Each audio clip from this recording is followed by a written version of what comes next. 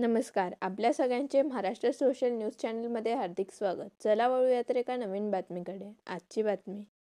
राज्यातील शेतकऱ्यांना सरसकट कर्जमाफी द्यावी, हक्काचा पीक विमा द्यावा यासह शेतकरी हिताच्या इतर मागण्यांसाठी क्रांतिकारी शेतकरी संघटनेचे नेते रविकांत तुपकर यांनी बुलढाणा येथे अन्नत्याग आंदोलन सुरू केले आहे. या आंदोलनाला पाठिंबा देण्यासाठी क्रांतिकारी शेतकरी संघटनेचे उत्तर महाराष्ट्र अध्यक्ष ईश्वर पाटील यांच्या नेतृत्वाखाली धुळे जिल्ह्यातील शेतकऱ्यांनी बुधवारी जिल्हाधिकारी कार्यालयाबाहेर निदर्शने केली.